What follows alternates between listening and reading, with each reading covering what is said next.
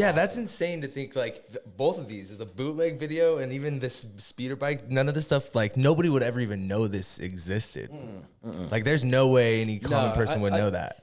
I mean, even if you're in the Star Wars realm, even knowing that the Vader speeder bike exists, only a handful of people know it exists.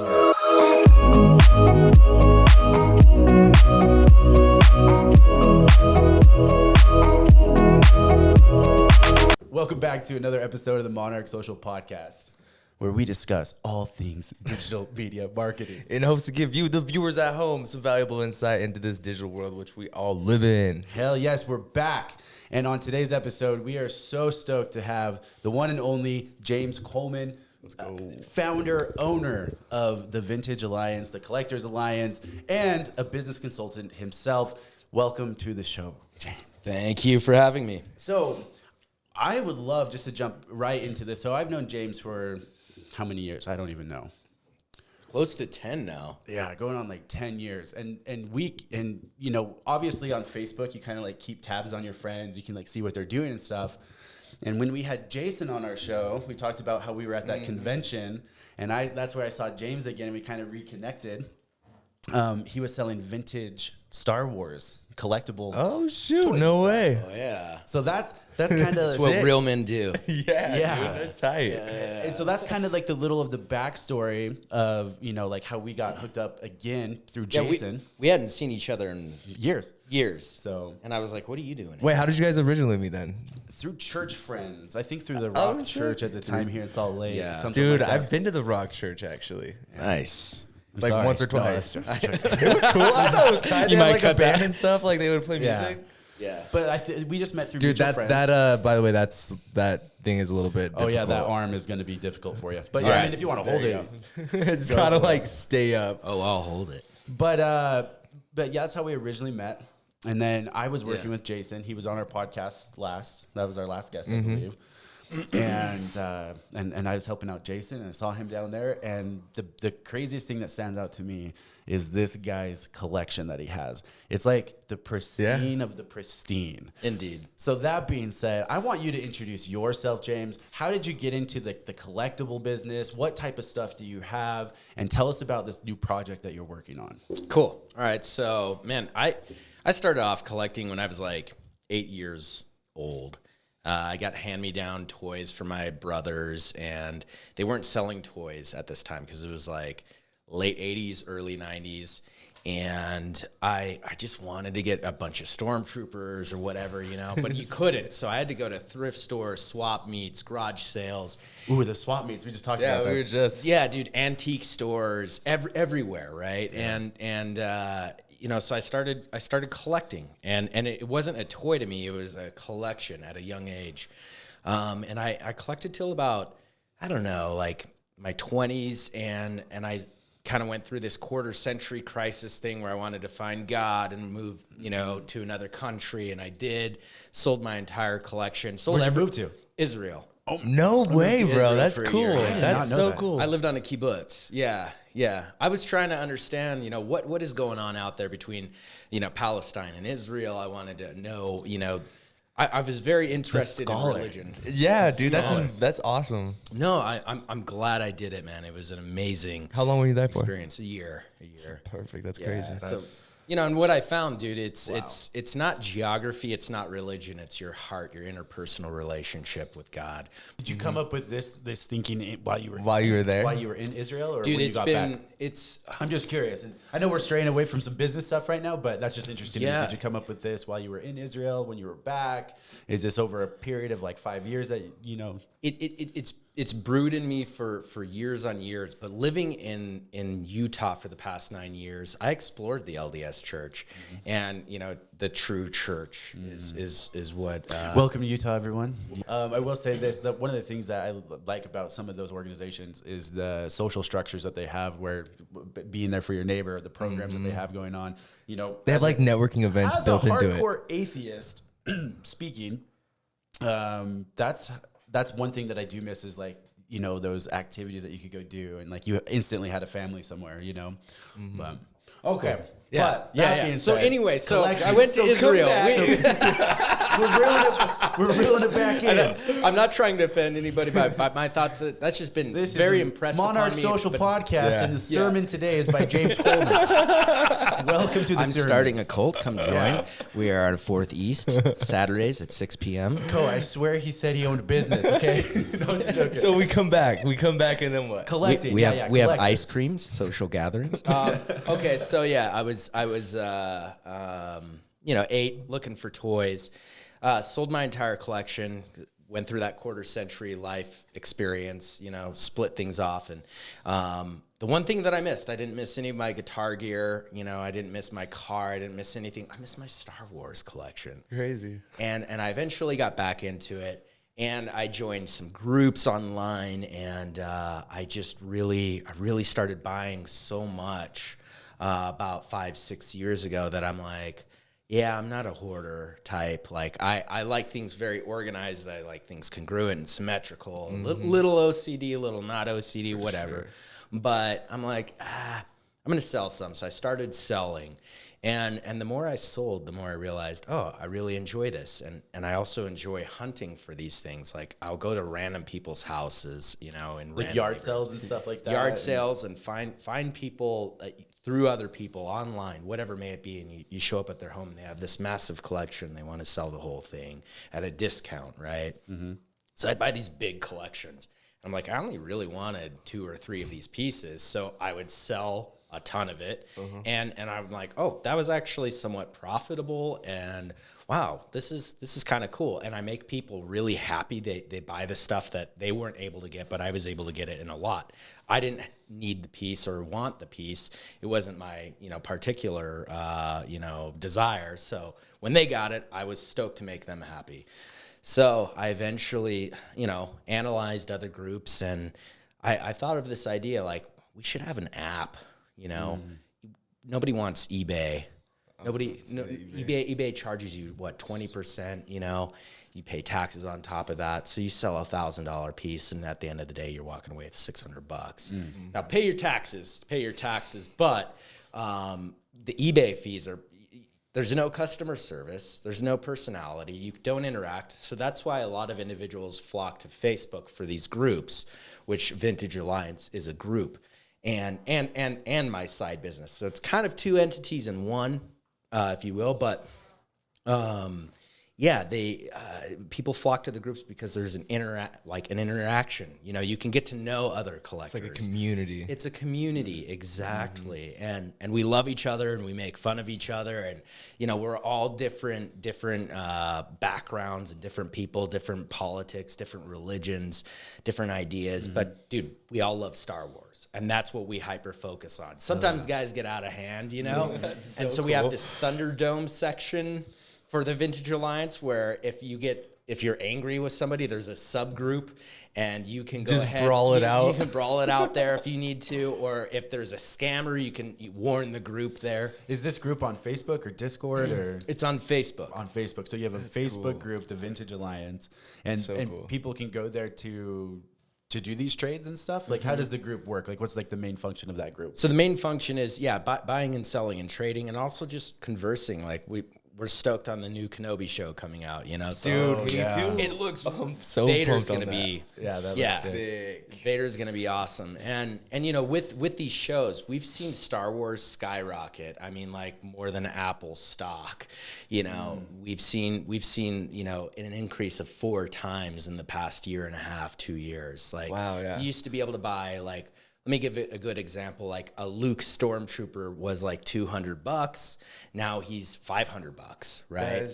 If he has his Black Blaster, I saw him sell for up to $900, whereas 2 years ago he was like still $200. Is there a reason for that? Yes, inflation is big, right? Yeah. Inflation is impacting everything. So the dollar is not as strong as it used to be. So we're seeing that. We're also seeing these shows, man. These shows keep coming out. So we're having a new emergence of collectors. And beyond collectors, investors are starting to get involved with vintage collectibles because what do they want to do? The dollar is depreciating 6% every year. This year it depreciated what? 30%. Yeah. Right? Even so yeah. if you have 200 grand in the bank, you now have 140. It's really worth 140, right? So people are looking for creative ways to diversify their portfolio, and so they're looking at sports memorabilia, cards, video games. Star Wars is on the uprise, and it hasn't even hit its threshold. Some people think we're in a Star Wars bubble, but when you compare it to video games, we're nowhere near their profit margins or their values. And I was wondering if it's because all of the main movies have come out. You know what I mean? They're like doubling down on it. So what they're doing now is they're making all these little sub-series, and it's to fill in all the little gaps from the actual saga. Is that right? That's number 3. Yes. So take, for example, Mandalorian. When Mandalorian came out, ironically, Boba Fett, his figure, his mock, increased in value, tripled in value. I mean, you could get him for $1,000. Yeah. Mandalorian, if you had a grade 80, it's $5,000, $6,000, $7,000, right? For Return of the Jedi mock, right? So the people who bought before Mando were sitting pretty. Now, ironically, the Book of Boba Fett decreased the value. Dude, okay, what was your personal opinion on that? So, honestly... Did you watch it? Yeah, I did. I was actually, like, happy. I'm happy that they're making it. I'm okay with it. And Boba Fett's older, of course. Yeah, so dude. It wasn't as exciting as, Mando. Mando was so lit. Oh, that was one of my favorite series. Honestly, the last 20 minutes, I think I've said this on this podcast, the last 20 minutes of the very last episode of Mando was probably my favorite 20 minutes of Star Wars. Oh, yeah. Dude, when Homie comes in. Yeah. Oh, and the music. And so good. Yeah, it was bad. And then just you've watched for 2 years to see this little baby Yoda. Yeah. And he gets to his home and you're like, yeah, so good. So, that's funny that the Book of Boba would come out and it would decrease it. Right. So, yeah, I mean, it did because people were like, Boba Fett's lame. A lot of the value, I don't know if people are aware of this, but a lot of the value is cool factor. Boba Fett is just cool, and he's hyped, right? So he crashed after Book of Boba Fett. He didn't crash pre-Mando, but he probably decreased on average 30-40%. Interesting. Yeah, and I think he's kind of plateaued. He's still a very valuable, we call it mock, mint on card, or figure, right? Like the figure itself is going for $100 pre Mando and stuff, and a few years ago, $25, right? So you're still up. Yeah, and there's variants. There's like a Taiwan. There's a Tri logo. So a Tri logo is $500, $600, $700. A Taiwan is like $200, and then if they're graded, they're worth more. So there's a lot. It's a very complicated thing. I think that's so fascinating. All the complexity that goes into it. And I was going to say, I've seen a part of your collection that you have, but I want you to tell Koa, what's like some of your collectors or collectibles that you have that are like your pride and joys? Like what are some like let's say top 3. Because he doesn't know, he hasn't seen any of your stuff. He doesn't know anything. Okay, so top 3. Well, actually, I had been looking. It's called an Uze. It's a Turkish bootleg Star Wars. They made them in the late 80s, like 88, right? And I think there were about 14 figures with different variations. Some had different card backs. Some had different weapons inside, right? Different colored weapons. So I'm an Imperial Gunner focused collector. So I have like 20 Imperial Gunners, Polish bootleg Imperial Gunners, graded mock, graded this, graded that. I didn't have an Uze. Uze is... It's controversial because it wasn't licensed by Star Wars. I was going to say, does it sound like Star Wars would be like, yeah, you guys can go ahead and make a bootleg? No, but it was post-Star. They didn't go after him because this was like post-Power of the Force stuff. This was 88. Kenner didn't give a rip, right? Kenner could have kept Star Wars for $10,000. If they had paid Lucasfilm $10,000 to keep the rights, Hasbro wouldn't be making Star Wars today. Really? They were able to, there was a clause where they had to pay $10,000 or generate a certain amount of revenue, yada, yada, yada. They didn't do it. So they lost out on Star Wars so for 10 grand. So for 10 grand. So talk about anyway, regrets. this Uze figure, I'd been looking for it for years, and I finally found one, unpunched. You know the hanger tab in a card when you go buy toys. I like to have unpunched. For me, it's just more of an art piece rather than it was on a shelf. It was on a shelf, yeah. Exactly. So I found I didn't even know you can get those unbunched. Yeah, you can. Oh, yeah. He was describing this at that convention, and he like took me through all this thing. This guy packaging them all bootlegged, and the unpunched versus punched. And I'm telling you, it's a whole new language out there. It is. It's a whole new language. It's a whole new cool. sphere of knowledge. But yeah, It's just normal. It's just normal to me. So I finally picked that up recently, and man, I'm just it was it cost more than a brand new Honda Civic. So yeah, like out of pocket. Yeah. So I could. Yeah, I've seen some of his collection, and he has some really nice pieces there. Then I would love to probably get some pictures, and we could probably put them in the podcast too. Yeah. Like if we can show some of your Definitely. That is crazy. That would be awesome, actually. because it's For a movie, for a video. Oh yeah. And That is insane. And then another piece. I just love the Imperial shuttle. It's just classic to me. So it's like this big, right? And I have a display, and I have these figures displayed with them. You know, like the light box and yeah. So when the Emperor lands, or before that, when Vader lands, right, in Return of the Jedi, and they have that ominous music. And stuff, that's in and the it's background, and it's in the Death Star. So I have that kind of scene going on, and that Imperial shuttle is just so cool. And Have you been to the Galaxy's Edge? I haven't yet, Dude, I heard they got a sick setup like that. Like right when you land in. I've seen it. I haven't seen it in person. I gotta go. I'm traveling. I hate traveling. I traveled so much in my life where I'm like, I don't know. I hate it. But anyway, I also got this really rare piece.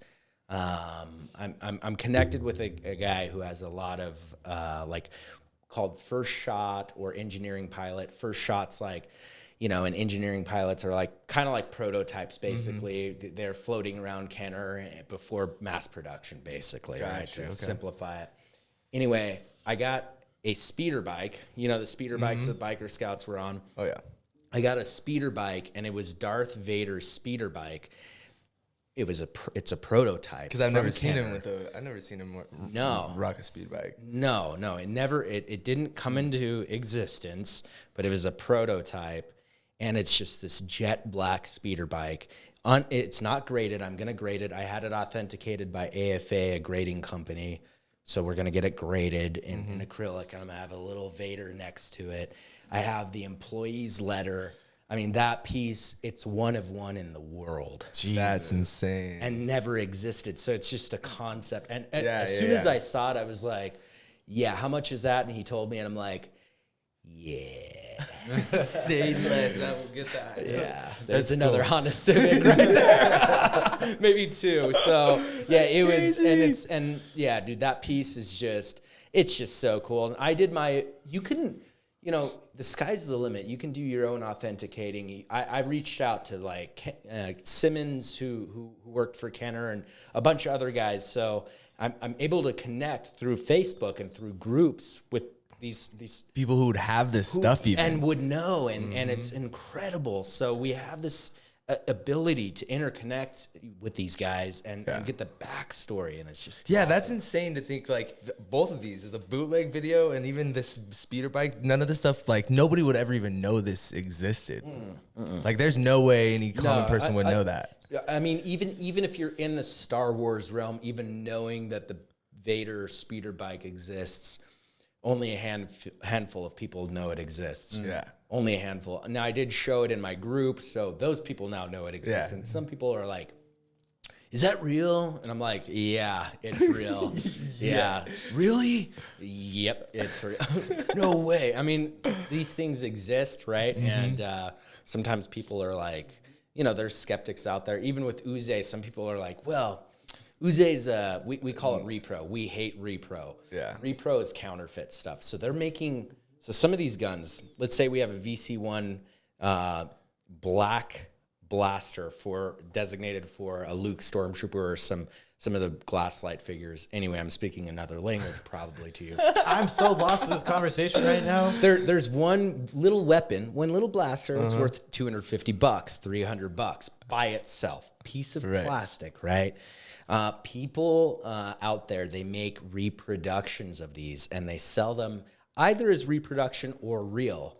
We hate them either way in the community. Just hate them because when you go buy a collection and you analyze it, if you find one piece of repro weapon, like one repro weapon, they're like cockroaches. They're gonna be everywhere else, right? You're gonna find them.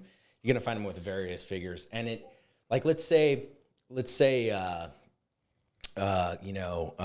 Grandpa passes away, and Grandma wants to sell Grandpa's collection. And he, for some reason, had a ton of repro. Well, she might think that it was worth a heck of a lot more than it actually is. And so it hurts her. Or if she sells it to somebody unknowingly, they pay an exorbitant amount of funds for it. And they realize, oh my gosh, it's all the weapons are repro or the card backs are fake. And so there's guys out there. There's a company called Smith Lord Creations. And the guy, he started off what seemed innocent. Like he made like a Han Solo Stormtrooper outfit, like Han Solo and Stormtrooper, but vintage Kenner style. They never made that for Kenner. So that's pretty well known. Like, okay, this is a custom, this has got to be repro, right? Yeah. But then now they're making fake card backs of the originals and they want to replicate it to the finest they can. Oh, I'm sure. That's like, with this whole industry growing, the fakes out there are growing just as fast, for sure. Which in a way makes the originals more valuable because you have to be knowledgeable in what you're buying now that there's fakes out there. So this kind of brings me back to your group though. On your Facebook group, one of the questions I had is, when did you start that group to buy, sell, trade? When did that start? Dude, so fresh. So I've had the app idea to build this app to align buyers and sellers.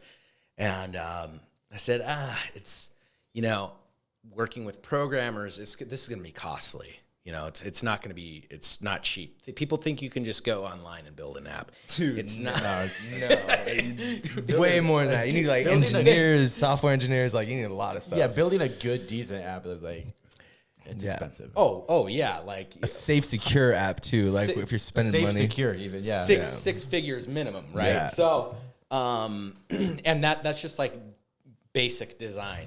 So, I'm like, okay, I see these other groups working. And one thing about me, I'm very motivated. I'm very self-motivated. And I was in these other groups, and in the back of my mind, I'm like, what if they decide they don't like me one day? I'm kind of an annoying guy sometimes, and I'm kind of like over the top, and I'm opinionated. Have you ever met Morgan? Sounds like you're talking about me. Right? But yeah, I'm like way over the top. Have you ever seen me like at a business meeting? Like I talk with my hands. I'm over the top. Right. People think I'm cocky when I'm being confident. Like, right. You're very misunderstood. I hate. It's lonely at the top. It is lonely. It is lonely. and dude, when people think that you're cocky, but you're just like, no, confident. I'm confident and I feel good with you. And they thought I was cocky the whole time. Yeah. You know what I mean? You're like, wait a second. No, I'm just happy. Exactly. So that it's actually really hurtful when people can't properly judge your character. That's a really hurtful thing. You could have a whole sermon on that. But I was like, yeah, if they don't like me, they could pull my plug and I wouldn't be able to sell. I wouldn't be able to collect, as easily. And not that was going on, but I'm like, I just didn't like not having the ability to control my own future with collecting and selling. So I'm like, I want to create the app. I want more freedom. So I created Vintage Alliance. I didn't think it was going to pop like it popped. Immediately, like within the first month, we had 1,000 members like that, and people were buying and selling and trading. We're continually growing. We're at 3,300 members, and we have, which is a lot for the Star Wars realm. This isn't Audi cars or something of that nature. So we're more niche. Yeah, vintage collectible Star Wars, Vintage collecting is already niche, but to be even more niche and just say Star Wars only, Exactly. So I think I started it less than a year ago, about a year ago at this point, probably awesome. like 8 months. And honestly, there's 3 top groups. There's Deal or No Deal, run by Dennis Hall. He has the same membership I do. And then there's Imperial Commissary, who has a tremendous amount of members. They've been around the longest. And then there's Vintage Alliance. So we're up there neck and neck with the top groups. And there's weird competition sometimes, and there's so many. I mean, let's face the facts. We're man children. Yeah. We're man children. We buy these toys instead of Honda Civics, right? Like, instead of me putting money away for my kid for college, which I am, but instead of doing that, I'm buying an Uze, Imperial Gunner, bro. you know what I mean? And so think about that type of individual that's buying. I call it nostalgia. You're buying nostalgia. You're buying your childhood. You're buying a memory. You're buying a feeling, and because we need that, and it's that feeling is better. It's better than alcohol. It's better than anything else out there. When you can tap into your inner child, you're like. I question the type of alcohol you've tried, James. No, I'm just joking. Glenlivet is the nicest. You're talking about this app. You have the group on Facebook and stuff. The timeline of the app, is it in production? Is it launching? Tell us about that. So we're pretty much in beta mode right now, and we're going to be launching this year for sure. Yeah, we're like inches away. We're That's inches awesome. away. It's looking awesome. And I was gonna say, with the app, is it like specifically for buying and selling? Like, what's the X factor of that? Right, like what delineates us from other from eBay? Well, or KSL or Craigslist or. So I mentioned this before. So first off, we're gonna have a forum in it, so we're gonna be able to interact. It's not just buying and selling. It's not gonna be bland. We're gonna have links to various groups, other sites, other sellers, other resellers. So it's gonna be a resource for other individuals to go there and then find other avenues. There's a website called Variant Villains that there's like, a Han Solo blaster, there's like 10 different variations, 20 different variations of one little blaster of figures. Variant Villains, they spent, I can't even tell you how many hours figuring out the different variations of figures and weapons and things of that nature. So we'll be linking stuff like that. We're going to be kind of a combo of Facebook group meets eBay, but much more interactive. And also, we're going to be able to eliminate, not 100%, but we're going to eliminate scammers. So rather than just an e-commerce, it's almost like a social platform where so that's kind of what it That sounds like. that has the e-com built into it. That's cool. Social I platform. like that. So we're gonna have a buy it now ability. We're going to have a live auction ability, like bidding. Whatnot, right? Actually, Whatnot is like me. I've had this rolling since before, and I'm stoked that they got that going. But they have the same platform as eBay. They charge you for your auctions. We're not doing that. We're eliminating these fees, so you don't have to upsell your items in order to recoup. Break, Exactly. We are going to have a subscription fee. That's our business model. We're going to have a subscription fee that's less than Netflix, right? And people's knee-jerk reaction is like, I don't want to pay to play. But let's say you buy $1,000 piece, right? And you're able to sell it at $900 on our site instead of $800 on eBay, right? Because eBay takes that 20%. Well, you still make more on our site, and the buyer buys it for less than they would on eBay because they're not paying the taxes, they're not paying the fees. It's like a win-win. Then. It's a win-win. So with that, let's say it's $5, let's say it's $10, whatever. People are going to save money on the app in the long run. And by having those subscriptions, I feel like you have quality of users as well. Boom. Exactly. And that's what we want. There are a lot of scammers out there, man. Facebook Marketplace is filled with scammers, full of scams. And it's terrible. Scammers are cheap. They're not going to pay to play to scam people. They want to go to these free platforms like eBay and like Facebook Marketplace. And exactly. And here's the thing with Facebook. You know, I have a group, right? And we buy and sell. And it's like, well, why don't I just keep that? Dude, eBay, the Facebook groups, this is, I just foresee this occurring. The suits, the executives are going to go to Zuck and they're going to say, hey, Zuck, you know, there's a lot of money going through the groups.